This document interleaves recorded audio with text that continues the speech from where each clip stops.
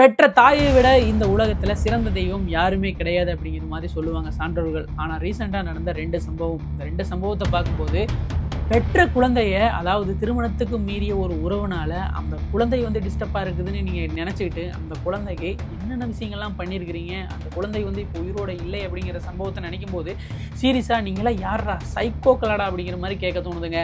மக்களை ரீசெண்டாக பார்த்தீங்கன்னா கேரளா மற்றும் உத்தரப்பிரதேசத்தில் 2 சம்பவங்கள் நடந்திருக்குது. இந்த 2 சம்பவத்துக்கும் மிக முக்கியமான காரணம் பார்த்தீங்கன்னா இல்லீகல் அஃபேர் அப்படிங்கிற ஒரு விஷயம் தாங்க. இந்த நியூஸை கேட்டு நீங்கள் சாதாரணமாக கடந்து போகலாம். ஆனால் இந்த நியூஸுக்குள்ளே இருக்கிற விஷயங்கள் எல்லாம் நீங்கள் கேட்கும்போது இவங்களை செருப்ப கொண்டு அடிக்கலாம் அப்படிங்கிற மாதிரி உங்களுக்கே தோணுங்க. கேரளா மற்றும் உத்தரப்பிரதேசத்துல என்ன நடந்துச்சு அப்படிங்கிறத டீடைலா பார்க்கலாங்க.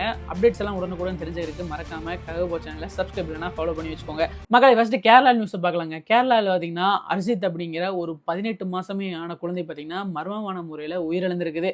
அந்த நியூஸ் இப்போ சோசியல் மீடியால வைரலா இருக்கிறதுக்கு காரணம் பார்த்தீங்கன்னா அதுக்கு பின்னாடி நடந்த விஷயங்கள். அதாவது என்ன நடந்திருக்குது அப்படின்னு கேட்டீங்கன்னா, அரவங்காடு அப்படிங்கிற இடத்துல பார்த்தீங்கன்னா அர்ஷித் அப்படிங்கிற ஒரு குழந்தை, 18 மாத குழந்தை இருக்கு. அவங்களோட அம்மா பேர் பார்த்தீங்கன்னா அகிலா.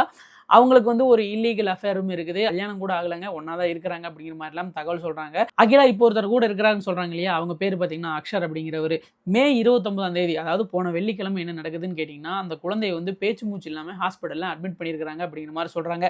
இந்த குழந்தை ரொம்ப சீரியஸாக கொண்டு போனதுனால பார்த்தீங்கன்னா அவங்க எங்களால் பார்க்க முடியாது, அதனால இங்கே திருவனந்தபுரம் எஸ்ஐடி ஹாஸ்பிட்டலுக்கு கொண்டு போயிருங்க, அங்கே கொஞ்சம் நல்லா பார்ப்பாங்க அப்படிங்கிற மாதிரி சொல்லியிருக்கிறாங்க. இவங்களும் பார்த்தீங்கன்னா அந்த குழந்தைய அங்கே எடுத்துகிட்டு போயிருக்கிறாங்க. அங்கே செக் பண்ணி பார்த்துட்டு இந்த குழந்தை வர்ற வழியிலேயே இறந்துருச்சு அப்படிங்கிற மாதிரி தகவல் சொல்லியிருக்கிறாங்க. டாக்டர் கேட்டதுக்கு என்ன சொல்லியிருக்காங்கன்னு கேட்டிங்கன்னா, குழந்தை கட்டிலேருந்து கீழே விழுந்துருச்சு. விழுந்ததில் பார்த்தீங்கன்னா அடிபட்டு 2-3 டைம் வாமிட்லாம் ஆச்சு. அதுக்கப்புறம் பார்த்தீங்கன்னா சாப்பாடு ஊட்டும்போது இந்த மாதிரி சாப்பாடு சிக்கிருச்சு, அதனால இந்த மாதிரி நடந்துருச்சு அப்படி இப்படின்னு சொல்லிட்டு அவங்க வீட்டிலேருந்து சொல்லியிருக்கிறாங்க. ஆனால் இவங்க வீட்டை சுற்றி இருக்கிற உறவினர்கள் மற்றும் அங்கே இருக்கிற மக்கள் எல்லாம் இதை பெரிய அளவு நம்பலை. அதனால பார்த்தீங்கன்னா போலீஸ் கம்ப்ளைண்ட் கொடுத்துருக்காங்க.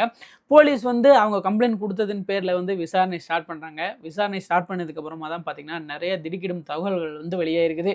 அதாவது ஒரு அம்மா என்னென்ன விஷயங்கள்லாம் பண்ணக்கூடாதோ அந்த விஷயங்கள் எல்லாமே பார்த்தீங்கன்னா இந்த அகிலா அப்படிங்கிற பொண்ணு பண்ணியிருக்குதுங்க. திருமணத்தை மீறிய உறவுன்னு ஒரு விஷயம் இருக்கு இல்லையா, அந்த திருமணத்தை மீறிய உறவுக்கு இந்த குழந்தை தான் இடையூறாக இருக்குது அப்படிங்கிறதுனால அந்த குழந்தைய பார்த்தீங்கன்னா என்னென்னமெல்லாம் பண்ணக்கூடாதோ அதெல்லாம் பண்ணியிருக்கிறாங்க. மெயினாக பார்த்தீங்கன்னா இந்த அக்ஷர் அப்படிங்கிற அந்த பையன் இருக்கான் இல்லையா, அந்த பையன் பார்த்தீங்கன்னா இந்த குழந்தையை அடின்னு அடிச்சிருக்கிறாங்க. அடித்தது மட்டும் இல்லாமல் பார்த்தீங்கன்னா இந்த குழந்தைய நிறைய துன்புறுதலுக்கு உள்ளாக்கியிருக்கிறாங்க. போஸ்ட்மார்டம் ரிப்போர்ட்டில் என்ன சொல்கிறாங்க அப்படின்னு கேட்டிங்கன்னா, இந்த குழந்தையோட உடம்புல 51 காயங்கள் இருந்திருக்குது அப்படிங்கிற மாதிரி சொல்கிறாங்க. அதாவது ஆல்ரெடி பார்த்தீங்கன்னா இந்த குழந்தையோட ஃபோட்டோவெல்லாம் நீங்கள் பார்த்துருப்பீங்க, கை 2 உடஞ்ச மாதிரி இருக்குங்க. அந்த உடஞ்ச கை ஓரளவுக்கு இப்போ தான் கூட்டிகிட்டு வந்துட்டு இருக்குது. ஆனால் அதையும் பார்த்தீங்கன்னா அவன் அடித்து உடச்சிருக்கிறான். மட்டும் இல்லாமல் அங்கங்கே பார்த்தீங்கன்னா சிகரெட் காயங்களும் இருந்திருக்குது அப்படிங்கிற மாதிரி சொல்கிறாங்க. அந்த குழந்தைக்கு ரொம்ப ரொம்ப டார்ச்சர் கொடுத்துருக்காங்க அப்படிங்கிற மாதிரி தான் இந்த விசாரணை மூலம் தெரிய வந்திருக்குது. அது மட்டும் இல்லாமல் அங்கே சுற்று வட்டாரத்தில் இருக்கிறாங்க இல்லையா மக்கள், அவங்களாம் என்ன சொல்கிறாங்கன்னு கேட்டிங்கன்னா, இந்த குழந்தை அப்பப்போ அழுகிற சத்தம் கேட்டுகிட்டே இருக்கும். ஆனால் அவங்க அம்மாவும் அதை சமாதானப்படுத்துகிற மாதிரி இல்லை, யாருமே பெருசாக சாப்பாடு கொடுக்குற மாதிரி கூட தெரியல அப்படிங்கிற மாதிரி சொல்லிட்டு வராங்க. விசாரணையில் நிறைய விஷயங்கள் தெரிய வந்திருக்குது. அதில் பார்த்தீங்கன்னா அந்த குழந்தைக்கு கையெல்லாம் உடஞ்சிருச்சு அப்படிங்கிற மாதிரிலாம் வீடியோ பார்த்துருப்பீங்க இல்லையா, நான் கூட சொன்னேன் இல்லையா, அந்த கை உடையிறதுக்கு காரணமாக இருந்ததுன்னு பார்த்தீங்கன்னா இந்த அக்ஷர் அப்படிங்கிற நபர் தாங்க.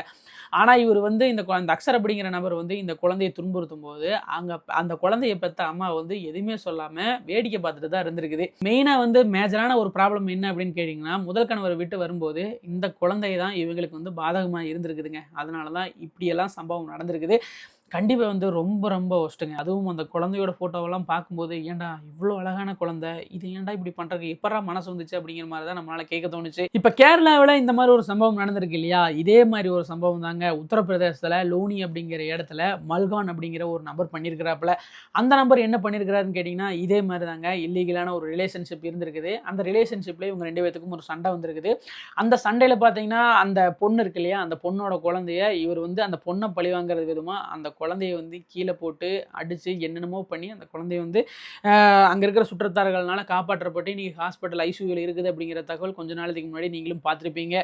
இந்த 2 விஷயங்களுக்கும் காமனான ஒரே விஷயம் என்னன்னு கேட்டிங்கன்னா, இல்லீகல் அஃபேர் அப்படிங்கிற ஒரே விஷயம் தாங்க. இந்த இல்லீகல் அஃபேர் அப்படிங்கிற ஒரு விஷயத்தினால எவ்வளோ குழந்தைகள் பாதிக்கப்பட்டு வந்துட்டு இருக்குன்னு தெரியுங்களா. இதில் பார்த்தீங்கன்னா ஒரு வருஷத்தில் மட்டும் இந்த மாதிரியான ப்ராப்ளத்தில் இறக்கிற குழந்தைகள் மட்டும் கிட்டத்தட்ட 3000 பேர் அப்படிங்கிற மாதிரி புள்ளி விவரங்கள் சொல்லுது. மெயினாக இந்த மாதிரியான குற்றங்கள் நடக்கிறதுக்கு முக்கியமான காரணம் என்ன அப்படின்னு கேட்டிங்கன்னா, அந்த 2வது அஃபேர் ஒரு வருது இல்லையா, முதல் அஃபேர் தாண்டி 2வது அஃபேர்னு ஒன்று வரும்போது இடையூறாக இருக்கிறது என்ன அப்படின்னு கேட்டிங்கன்னா அந்த குழந்தைகள் தான் இருக்காங்க. அது மட்டும் இல்லாமல் இந்த 5லேருந்து 6 வயசுக்குள்ளே இருக்கிற குழந்தைகளுக்கெல்லாம் என்ன நடக்குது அப்படிங்கிறது அவங்களுக்கு தெரிஞ்சிருது. அதனால் இந்த குழந்தைகள் வெளியே போய் எங்காவது சொல்லிடுவாங்களோ அப்படிங்கிற அப்படிங்கிற பயத்திலையும் பார்த்தீங்கன்னா இந்த மாதிரி குற்றங்கள் நடக்குது அப்படிங்கிற மாதிரியும் நிறைய தகவல்கள் சொல்லுது. போலீஸ் சம்பவம் நடந்த இடத்துக்கு போகும்போதும் பார்த்தீங்கன்னா அவங்களுக்கு நிறைய ஷாக்கிங்கான மூமெண்ட்ஸ் தான் நடந்திருக்கு. அதாவது என்ன அப்படின்னு கேட்டிங்கன்னா, அங்கே ஏதாவது எவிடன்ஸ்லாம் கிடைக்குமா அப்படின்னு பார்க்கும்போது குழந்தையோட ரத்தக்கரை பார்த்தீங்கன்னா அங்கங்கே இருந்திருக்குது. ஆனால் அதெல்லாம் பார்த்தீங்கன்னா சோப் நுரைகள் கொண்டு அழிக்கிறதுக்கு அவங்க ட்ரை பண்ணியிருக்கிறாங்க. ஆனால் வந்து அந்த மாதிரியான விஷயங்கள் எல்லாமே பார்த்தீங்கன்னா தடவியல் துறை வந்து ரெக்கவர் பண்ணிட்டாங்க அப்படிங்கிற மாதிரி தகவல் வந்திருக்குது. அதே மாதிரி பின்புறத்தில் பார்த்தீங்கன்னா குழந்தையோட ட்ரெஸ் எல்லாம் இருக்கு இல்லையா, அந்த ட்ரெஸ் எல்லாம் எரிச்ச அடையாளங்களும் இருந்திருக்குது. அதையும் பார்த்தீங்கன்னா அவங்க வந்து ரெக்கவர் பண்ணியிருக்கிறாங்க. முக்கியமான விஷயங்கள் எல்லாமே பார்த்தீங்கன்னா சம்பவ இடத்துல கிடச்சிருக்குதுங்க. குற்றவாளி வந்து இவங்க 2 பேர் தான் அப்படிங்கிறது வந்து ஆல்மோஸ்ட் வந்து கன்ஃபார்ம் ஆயிடுச்சு. சீக்கிரமாகவே இவங்களுக்கு தண்டனை கொடுக்கப்படும் அப்படிங்கிற மாதிரியும் சொல்லியிருக்கிறாங்க. அதுவும் உச்சபட்ச தண்டனை கிடைக்க போகுது அப்படிங்கிற மாதிரி தான் நிறைய பேர் எதிர்பார்த்துட்டு வந்துட்டு இருக்காங்க. கண்டிப்பாக இவங்களுக்கெல்லாம் உச்சபட்ச தண்டனை தாங்க கொடுக்கணும். அதாவது ஆயுள் தண்டனை அப்படின்ட்டு இந்த 14 வருஷம் 15 வருஷமெல்லாம் கொடுத்து இவங்களுக்கெல்லாம் வந்து வெளியே விடவே கூடாது. இந்த மாதிரி நபர்கள் எல்லாம் கண்டிப்பாக பார்த்தீங்கன்னா அதாவது தூக்கு தண்டனை கொடுத்து இவங்களெல்லாம் முடிச்சே விட்டுறணுங்க. இதுவும் அக்சர் அப்படிங்கிற நபர் மேலே வந்து ஆல்ரெடி கேசஸ் எல்லாம் இருக்குது. இவரோட முதல் பொண்டாட்டிக்கும் பார்த்தீங்கன்னா இதைத்தான் பண்ணியிருக்கிறாரு. நிறைய இவர் மேலே வழக்குகளும் இருந்திருக்குது. அதுவும் பார்த்தீங்கன்னா இந்த அருவங்காடு அப்படிங்கிற இடத்துல பார்த்தீங்கன்னா இவர் மேலே பார்த்தீங்கன்னா கஞ்சா வழக்குகள், கஞ்சா கடத்தல் வழக்குகள் எல்லாம் இருக்குது அப்படிங்கிற மாதிரியும் இந்த நியூஸ் வந்ததுக்கு அப்புறமா தான் அதையெல்லாம் தோண்டி எடுக்கிறாங்க. கண்டிப்பா இவங்களுக்கெல்லாம் வந்து குறைஞ்சபட்சம் பார்த்தீங்கன்னா 3 மாசத்துலேருந்து 6 மாசத்துக்குள்ள பார்த்தீங்கன்னா குற்றம் நிரூபிக்கப்பட்டு இவங்களுக்கெல்லாம் கடுமையான தண்டனைகள் கொடுத்தே ஆகணும். அதாவது உச்சபட்ச தண்டனையான தூக்கு தண்டனை கொடுத்தே ஆகணும். ஒருவேளை நீங்கள் தூக்கு தண்டனை கொடுக்கல அப்படின்னா கூட சாகும் வரை ஆயுள் தண்டனை அப்படின்னு ஒரு விஷயம் இருக்கு இல்லையா, வெளியே வரக்கூடாது. அதாவது உள்ளே ஜெயிலுக்குள்ளேயே நின்று செத்ததுக்கு அப்புறம் தான் வெளியே கொண்டு வருவாங்க இல்லையா, அந்த மாதிரி ஒரு தண்டனை கொடுத்துடணுங்க. அதுவும் பார்த்தீங்கன்னா ஒரு இருட்டான ரூமில் போட்டு அவங்கள வந்து இந்த தப்பு வந்து இனிமேல் பண்ணவே கூடாது அப்படிங்கிற அளவுக்கு கடுமையான தண்டனைகள் கொடுத்தே ஆகணும். அந்த மாதிரி ஒரு விஷயத்தை வந்து கவர்மெண்ட் பண்ணால் இன்னுமே நல்லாயிருக்கும் அப்படிங்கிற மாதிரி தாங்க இருக்குது. என்ன கேட்டிங்கன்னா அந்த குழந்தை வந்து ரொம்ப பாவம் அப்படின்னு தான் சொல்லுவேன். இப்போ ரீசெண்டாக இந்த மாதிரி சம்பவங்கள் வந்து நிறைய நடந்துட்டு இருக்குது. கண்டிப்பாக வந்து இதுக்கெல்லாம் தகுந்த தண்டனைகள் கொடுத்தே ஆகணுங்க. இந்த மாதிரி தண்டனை இந்த மாதிரி குற்றங்கள் வந்து இனிமேல் நடக்கவே கூடாது. அதாவது ஒரு திருமணத்தை மீறிய உறவுக்காக இந்த அளவுக்கு நீங்கள் போவீங்களா அப்படிங்கிற மாதிரி, ஐயோ சாமி, நீங்கள் அந்த குழந்தையோட ஃபோட்டோஸ் எல்லாம் பார்க்கணுங்க. அந்த குழந்தை வந்து அவ்வளோ க்யூட்டாக இருக்குது. அப்படிப்பட்ட அந்த குழந்தைக்கு வந்து எப்படி இதெல்லாம் பண்ணுறதுக்கு மனசு வருது இவங்களுக்கு அப்படிங்கிறது சத்தியமாக புரியவே இல்லைங்க. சீரியஸாகவே ரொம்ப ரொம்ப ஒஸ்ட் கேஸ் இவங்க எல்லாருமே அப்படிங்கிற மாதிரி தான் இருக்குது. இப்போ கேரளா நடந்த சம்பவமாகட்டும், யூபியில் நடந்த சம்பவமாகட்டும், ரெண்டுமே ஒரே விஷயத்தை தான் சொல்ல வருது. அதாவது என்னன்னு கேட்டிங்கன்னா, இல்லீகல் ரிலேஷன்ஷிப் அப்படிங்கிற ஒரு விஷயத்துக்காக தான் இந்த குற்றங்கள் நடந்திருக்குது அப்படிங்கிறதாங்க. கண்டிப்பாக வந்து இது வந்து கண்டனத்துக்குரிய விஷயம்தான். கண்டனத்துக்குரிய விஷயங்களை தாண்டி இதெல்லாம் வந்து கடுமையான தண்டனைகள் கொடுத்தே ஆகணும் அப்படிங்கிற மாதிரி விஷயம் தாங்க. இப்போ இந்த கேரளா நியூஸ் பார்த்தீங்கன்னா சோசியல் மீடியா ஃபுல்லாமே செம வைரல் ஆகிட்டு இருக்குதுங்க. வைரல் ஆகிறது மேட்ரு கிடையாது, இவங்களுக்கெல்லாம் கடுமையான தண்டனைகள் கொடுக்கணும், அதுதான் மேட்ரு. கண்டிப்பாக தண்டனை கிடைக்கும் அப்படிங்கிறதுல எனக்கு நம்பிக்கை இருக்குது. இந்த வீடியோ பார்க்குற நீங்கள் சொல்லுங்கள், இவங்களோட குற்றங்களுக்கு இவங்களுக்கு என்ன தண்டனை கொடுக்கலாம் அப்படிங்கிறத கமெண்ட் பாக்ஸில் மறக்காமல் கூட ஷேர் பண்ணிக்கோங்க.